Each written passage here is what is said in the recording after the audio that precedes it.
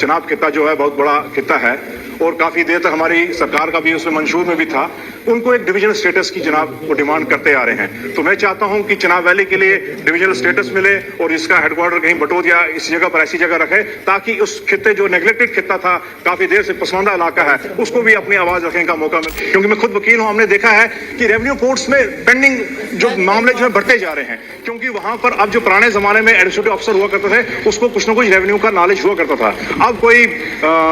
Bengali speaking है, कोई English speaking है, कोई तमिल से है, उसको रेवेन्यू लॉ का आज समझ आते आते उसकी ट्रांसफर हो जाती है। तो मेरा प्रिय ऑनरेबल स्पीकर साहब,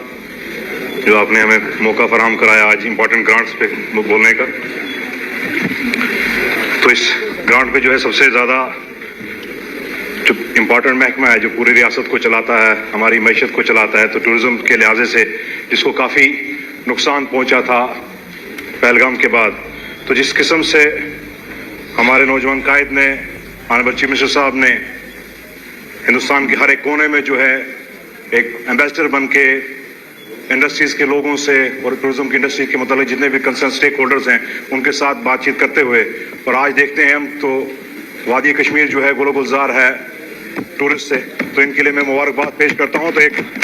इनकी नजर एक शेर की, दश्त तो दश्त हैं, दरिया भी ना छोड़े हमने, बहरे जुल्मात में दौड़ा दिए घोड़े हमने। तो ये इनका कमिटमेंट है और यही हमारे को मशले राह दिखाते हैं कि इस वक्त इस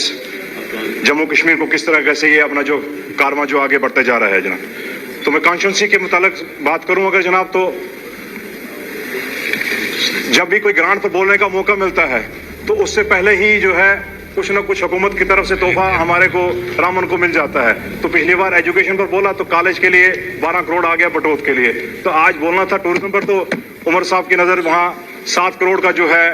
सनासर में जो है एक बेहतरीन लेजर वो ब्यूटिफिकेशन का प्रोजेक्ट जो है उसका टेंडर हो गया है। तो मैं मुबारकबाद पेश करता हूँ एक अपनी नौयत का जम्मू सूबे का जनाब इस किस्म का पहला वहाँ सनासर में जो बनने जा रहा है वो उसका ब्यूटिफिकेशन लेजर लाइट शो होगा, तो बड़ा बेहतरीन है। तो इनको मुबारकबाद है। उसी में जनाब सनासर क्योंकि बड़ा इंपॉर्टेंट प्लेस है, तो वहाँ एक गोल्फ कोर्स भी बना जा रहा है, लेकिन उसमें थोड़ी सी सुस्त रफ्तारी है जनाब। टेंडर हुआ है लेकिन ठेकेदार जो है उस तरीके से काम वहां पर नहीं कर रहा है। तो मेरी गुजारिश है तो ऑनरेबल सीएम साहब से कि उस पर जो है थोड़ी सी तेजी रफ्तार की जाए, तो वहाँ एक इंपॉर्टेंट एक ग्लोबल डेस्टिनेशन बनने जा रहा है सनासर हमारा जनाब। उसके बाद जनाब जो टूरिस्ट जो है वो आप भी डेस्टिनेशन है रामबन में, लेकिन खासकर उसमें जो है आपका रिलीजियस टूरिज्म जो है जिसमें आपका सर्वाधार आता है, मेरे साथ शक्ति जी हैं, गलाधार, हम दोनों इसको ज्वाइन करते हैं। गलाधार है, वहाँ पर गजपत किला है जहाँ शेख साहब को कभी वहाँ कैदी बना के रखा गया था इन्होंने, और भी उसके साथ कई और सारी ऐसे रिलीजियस साइट्स हैं जनाब। तो प्रसाद के तहत जो है वहाँ पर डीपीआर बनी हुई हैं। तो मैं ऑनरेबल सीएम साहब से कहूँगा कि उनको जल्द मंजूरी देके ताकि वहाँ पर जो है रिलीजियस टूरिज्म को जो है सर्वाधार और शंखपाल देवताओं में जो है बढ़ावा दिया जाए और ताकि लोकल इकॉनमी को बूस्ट मिलेगा जनाब। इसी के हिसाब से जनाब कल्चर बड़ा इंपॉर्टेंट चीज होती है और इलाके का कहीं अगर खुसूसी पहचान होती है, क्योंकि जम्मू कश्मीर एक मिनी हिंदुस्तान है। यहाँ तो सिर्फ एक ही दो की बात करते हैं, लेकिन इस प्लूरलिज्म में ही जो है जम्मू कश्मीर आगे ग्रो किया जनाब। तो इलाका जो है रामबन जो है जहाँ मुख्तलिफ जबानें बोली जाती हैं, मुख्तलिफ चाहे वो सराजी कल्चर है जनाब, हमारा पोगली जुबान है, हमारी जुंधारी जुबान है, हमारी डोगरी है, वहाँ पर गुजरी है, तो उसके लिए लेकिन कोई हमारे पास कल्चर इस तरीके का सेंटर नहीं है। तो वैसा एक सेंटर खोलने की वहाँ जरूरत है जो इन कदीम जुबानों को भी जो है वहाँ पर तहफ़्फ़ुज़ फराहम कराए और साथ साथ जो है एक जो कल्चर हेरिटेज है जो है उसको भी जो है वहाँ पर प्रिजर्व किया जाए। प्रोटेक्शन के लिए जो है एक वहाँ पर एक कल्चर सेंटर जो है, चाहे वो इंफॉर्मेशन डिपार्टमेंट के तहत हो या कल्चर सेंटर की तरफ से, वो खोलने की बड़ी जनाब जरूरत है जनाब। टूरिज्म के बाद जनाब हम चलते हैं महकमा रेवेन्यू की तरफ जनाब। रामबन की जनाब 4 पंचायतें जो तहसील राजगढ़ के साथ जुड़ती हैं जनाब, वो उमर साहब की ही मेहरबानी थी जब इन्होंने वहाँ पर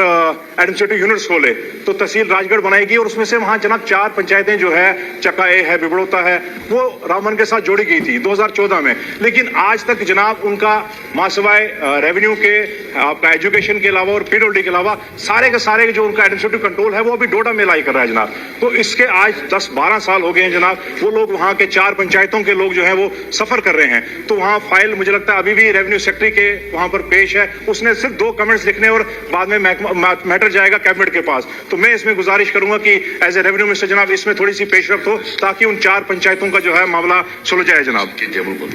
इसके अलावा जनाब हम पावर सेक्टर की बात करें सर, तो पावर सेक्टर वादी जम्मू कश्मीर तो है ही है, लेकिन खित्ता चनाब जो है वो बड़ा मकबूल है पावर जनरेशन के तहत, और रामबन जिला भी जो है इसमें जो है बड़ा अहम पेश कदम रखता है सर। तो मैं मुबारकबाद दूंगा जनाब, बगलियार तो हमारी सरकार ने बनाया था, लेकिन जनाब की वसादत से सालाकोट का जो है वहाँ पहला लाट का जो है काम, जिसकी संगे बुनियाद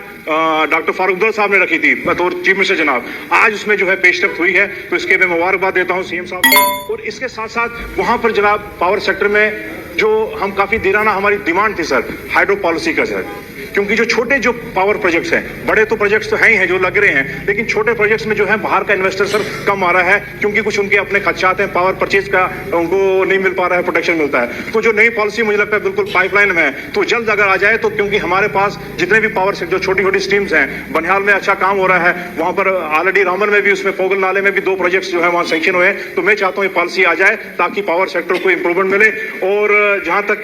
मुबारकबाद दूंगा चीफ मिनिस्टर साहब को कि जो इन्होंने साल भर जो काम किया, हमारा जो एएनटीसी लॉस था सर वो काफी हद तक नीचे आया है, लेकिन अभी भी रामबन के दूर दराज इलाका है जहां पर कुछ हैबिटेशन जो है बिजली से भी महरूम है, तो उसमें भी जो है जल्द से जल्द कोई आरडीडी स्कीम कहते हैं, क्योंकि आरडीडी स्कीम में हमने जनाब देखा वो ज्यादा उनका फोकस रहता है जहां पर सड़क हो, जहां पर शहरी क्षेत्र हो, उस पर फोकस रहता है। तो दूर दराज का गांव जो है वो ठेकेदार क्योंकि नीचे काम मलाई खा के चले जाता है, तो ये इनसे एक रिव्यू में है कि जो पहले जो अनटच एरिया है जहां इलेक्ट्रिसिटी पहुंचानी है, जहां इंफ्रास्ट्रक्चर को इंप्रूव करना है, तो इन कंपनियों को सर वहां लगाया जाए, ताकि शहर में तो काम ऐसे भी रूटीन में होता है, लेकिन दूर दराज जो गांव सेक्टर में है वहां पर नहीं होता है, उस पर थोड़ा सा की जाए। फिर सर रेवेन्यू में जनाब एक और बड़ी इंपॉर्टेंट चीज थी जनाब, हार्वेस्ट इंस्पेक्शन सर। हमने जो देखा है कि जितने भी ज्यादा कहीं डिस्प्यूट अगर उछले हैं जनाब, तो वो है पटवारियों के एक जमाने में रूटीन हुआ करता था जनाब, 6 महीने बाद गिरदौरी और रबी की इंस्पेक्शन हुआ करती थी, लेकिन अब जो है वो काम पटवारी का उस पर थोड़ी सी सुस्त रफ्तारी है, या तो दफ्तर बैठ के करते हैं, तो इसका इंप्लीमेंटेशन सही से हो